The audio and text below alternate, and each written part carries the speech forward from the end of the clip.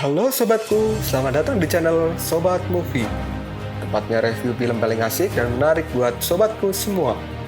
Yang baru gabung, silakan klik tombol subscribe ya dan nyalakan loncengnya. Supaya kalian tidak ketinggalan film-film seru yang Mimin upload. Oke, gak usah berlama-lama lagi. Langsung aja kita ke reviewnya. Gasken sob.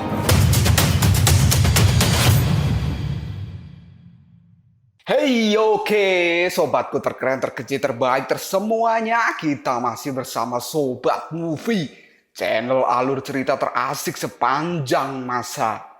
Oke, kita lanjut bahas chapter 63. Nggak usah cicot banyak bacot, kita langsung masuk aja ke pembahasan.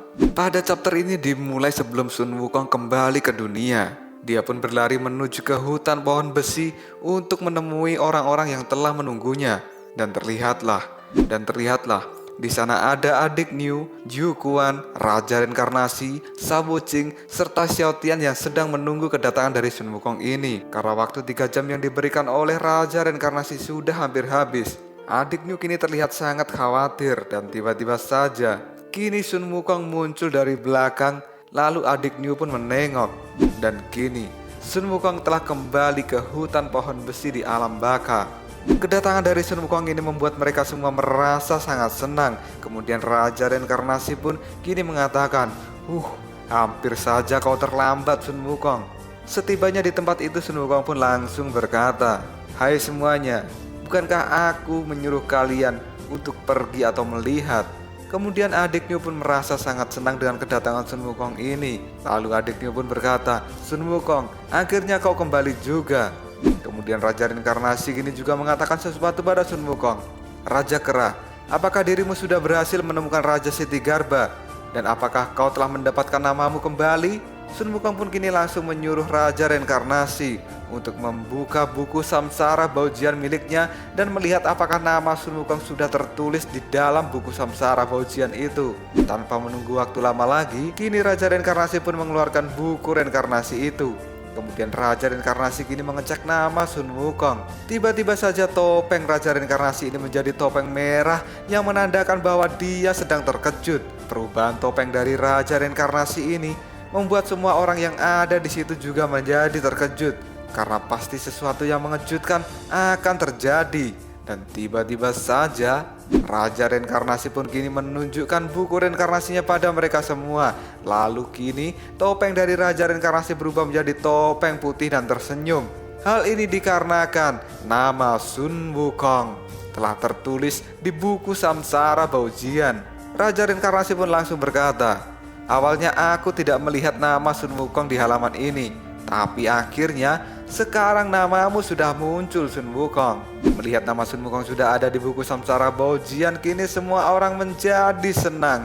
Adik Niu pun langsung memegang tangan dari Sun Wukong dan dia pun mengatakan, Wukong, apakah kau melihat namamu Wukong? Akhirnya namamu muncul juga di buku Samsara Baojian. Adik Niu pun kini berkata pada Sun Wukong sambil tertawa, tapi raut wajahnya seperti sedang menahan sebuah kesedihan. Lalu Sun Wukong yang melihat ekspresi aneh dari adik Niu ini, dirinya pun lalu bertanya, adik Niu, kenapa dirimu seperti itu? Jiu Kuanyi pun kini langsung mengucapkan sesuatu pada Sun Wukong. Selamat Sun Wukong, akhirnya dirimu bisa kembali hidup lagi di dunia. Kemudian Raja Reinkarnasi yang berada di belakang Jiu Kuanyi, dirinya kini membaca buku reinkarnasi miliknya. Kemudian Raja Reinkarnasi kini menemukan sesuatu yang dirasa aneh, karena ternyata sesuatu itu adalah nama adik Niu Moren, juga tertulis di dalam buku Samsara Baojian. Kemudian Raja Reinkarnasi pun kini mengatakan, adik Niu Moren, kamu sedang sekarat. Mendengar kata-kata yang diucapkan dari Raja Reinkarnasi, hal ini membuat Jiu Kuanyi menjadi terkejut. Lalu Jiu Kuanyi pun bertanya, apa yang kau katakan Raja Reinkarnasi? Mendengar Raja Reinkarnasi mengatakan bahwa Niu Moren sedang sekarat, hal ini membuat Sun Wukong menjadi terkejut. Lalu adik Niu pun kini tiba-tiba menjadi lemas, karena 3 api jiwa di atasnya kini sudah lenyap. Sun Wukong yang panik dengan keadaan adik Niu, dia pun langsung memeluk adik Niu. Dan kini terlihatlah ekspresi dari Sun Wukong yang begitu terkejut dan juga panik. Kemudian Sun Wukong pun kini mengatakan pada adik Niu, adik Niu Moren, kamu tidak boleh mati. Tidakkah kau masih memiliki pertanyaan kepadaku yang harus aku jawab? Kemudian adik New pun kini mengatakan pada Sun Wukong, Sun Wukong, aku ingin bertanya, akankah aku menjadi istri yang baik?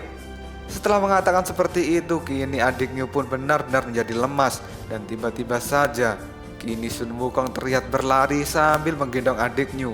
Sun Wukong pun mengatakan, aku tidak ingin kamu pergi dan aku tidak akan membiarkan kamu pergi adik New. Ternyata Sun Wukong ini lari sambil menggendong adik New di atas jembatan terlupakan. Kemudian Shao Wuqing pun menyusul Sun Wukong dari belakang. Dalam larinya ini, Sun Wukong mengingat kata-kata yang diucapkan oleh Raja Reinkarnasi. Pada saat itu, Raja Reinkarnasi pun berpesan pada Sun Wukong, Raja Kera, adik New ini sangat merindukan dirimu. Tapi sekarang 3 api jiwa telah pergi dari tubuhnya, dan dia pun sekarang sudah berada di antara hidup dan mati. Dia itu sekarat, Sun Wukong. Kamu hanya perlu membawa jiwa adik New ini kembali pada tubuhnya. Kamu juga jangan melupakan mantra mudra yang sudah aku ajarkan kepadamu agar bisa mengembalikan 3 jiwa adik New ini ke dalam tubuhnya, dan dia akan bisa dilahirkan kembali. Sun Wukong dan Shao Wuqing pun kini bergegas melewati jembatan terlupakan itu untuk segera menuju ke dunia. Dan tiba-tiba saja kita diperlihatkan istana Raja Kerbau. Di sana terlihatlah adik New yang sedang tertidur. Lalu adik New pun kini membuka matanya dan dia melihat Sun Wukong ada di depannya.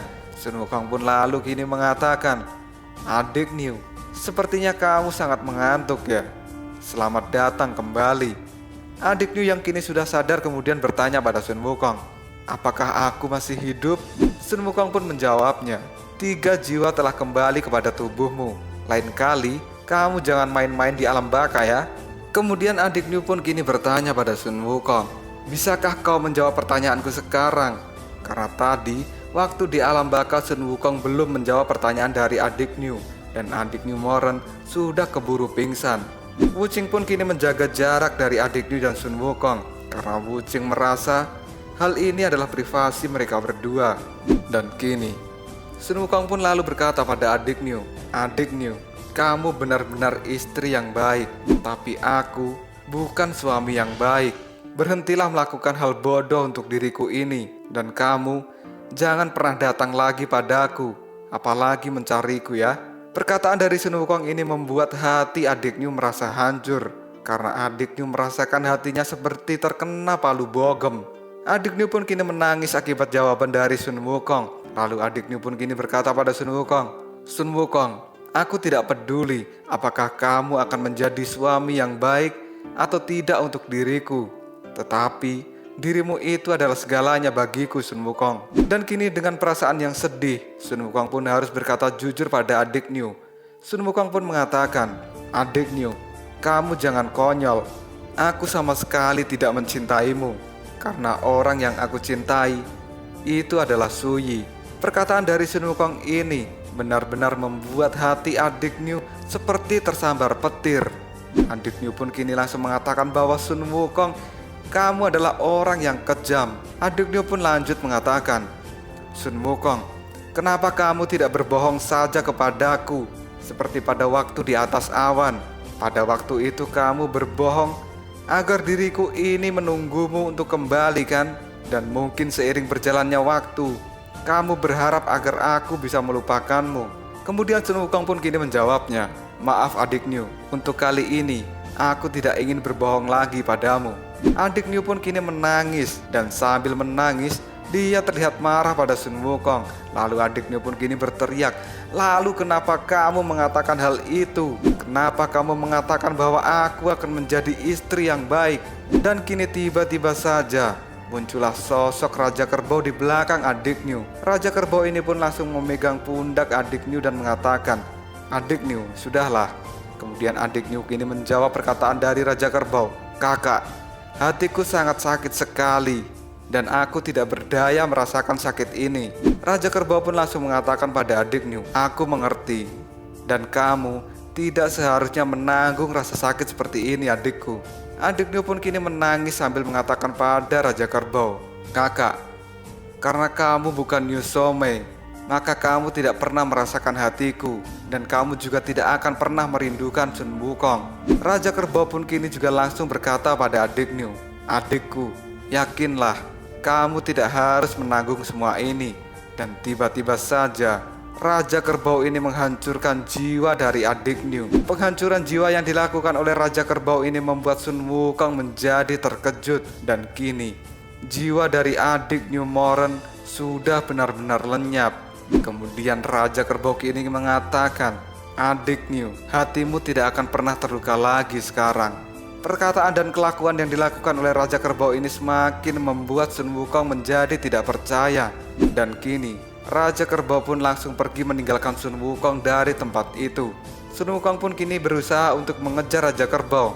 Tapi Raja Kerbau langsung menoleh ke arah Sun Wukong dan dia mengatakan, kamu jangan mengejarku, atau aku akan membunuhmu. Raja Kerbau mengatakan ini sambil meneteskan air mata. Dan kini Raja Kerbau pun benar-benar pergi meninggalkan Sun Wukong di tempat ini sendirian. Sun Wukong pun kini merasa terpukul dan dirinya juga merasa sangat bersalah pada adik New Moren. Kemudian Sun Wukong pun kini juga meneteskan air mata dan dia juga menangis. Seperti yang diperlihatkan pada ending di video sebelumnya.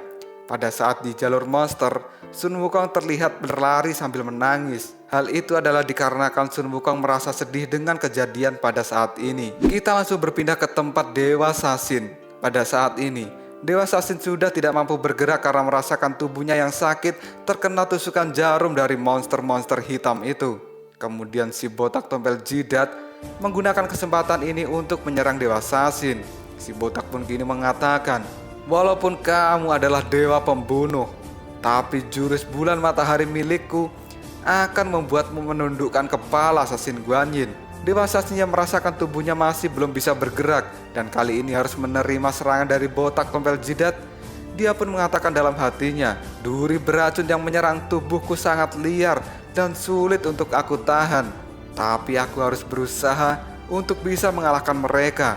Tapi situasi ini tidak bisa aku abaikan. Dan tiba-tiba saja kini Dewa Sasin menjadi marah. Dia pun mengeluarkan sebuah teriakan.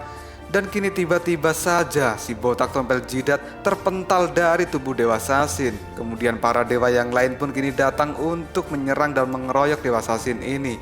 Dan dengan sigap Dewa Sasin pun mengeluarkan jurus tangan seribunya. Lalu dirinya menggunakan jurus itu untuk menghancurkan cakram milik si botak tompel jidat itu. Serangan yang dilakukan Dewa Sasin ini membuat si botak tompel jidat kini menjadi terpental ke udara. Lalu para dewa pun kini datang untuk mengeroyok Dewa Sasin. Para dewa itu berusaha untuk menghentikan pergerakan dari Dewa Sasin, tetapi kekuatan dari Dewa Sasin ini malah membuat mereka semua menjadi terpental dan mereka benar-benar tidak bisa menghadapi Dewa Sasin. Akibat serangan yang diberikan oleh Dewa Sasin, kini orang-orang yang menyerang dirinya menjadi terkejut karena ternyata pada saat Dewa Sasin mementalkan mereka semua, dia pun juga menyebarkan racun yang mengenai tubuh dari para jinggang dan para jenderal yang menyerang Dewa Sasin tadi. Dan kini Dewa Sasin pun mendekati si botak tompel jidat lalu memegang mukanya.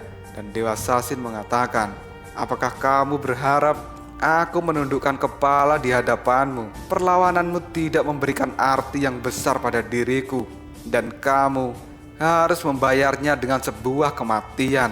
Kemudian di saat Dewa Sasin benar-benar akan membunuh si botak tompel jidat, dia pun berkata lagi, apakah kau ingin mati atau tidak? Jika kau tidak ingin mati, bawalah aku untuk menemui Taisang Lojun, dan aku akan memberikanmu satu kesempatan untuk hidup. Setelah berkata seperti itu, akhirnya si botak tompel jidat dan para dewa kini membawa Dewa Sasin ke surga 33. Setelah sampai di surga 33, kini si botak tompel jidat berteriak, Guru muka kodok, kamu ada di mana Guru muka kodok? Dewa Sasin akan menemui dirimu. Dan tiba-tiba saja kini keluarlah kertas mantra sakti milik Taisang Lojun yang langsung melilit tubuh dari Dewa Sasin. Dan kini kertas-kertas itu pun membuat Dewa Sasin tidak mampu bergerak.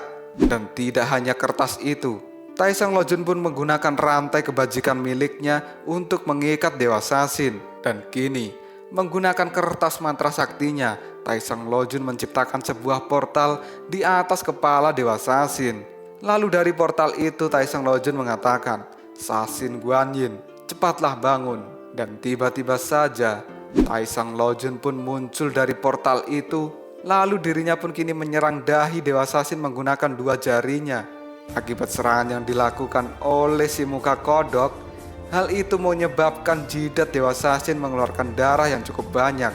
Lalu apakah yang akan terjadi selanjutnya pada Dewa Sasin ini? Apakah si muka kodok akan bertarung dengan Dewa Sasin? Tunggu aja jawabannya di next video. Koprol sob.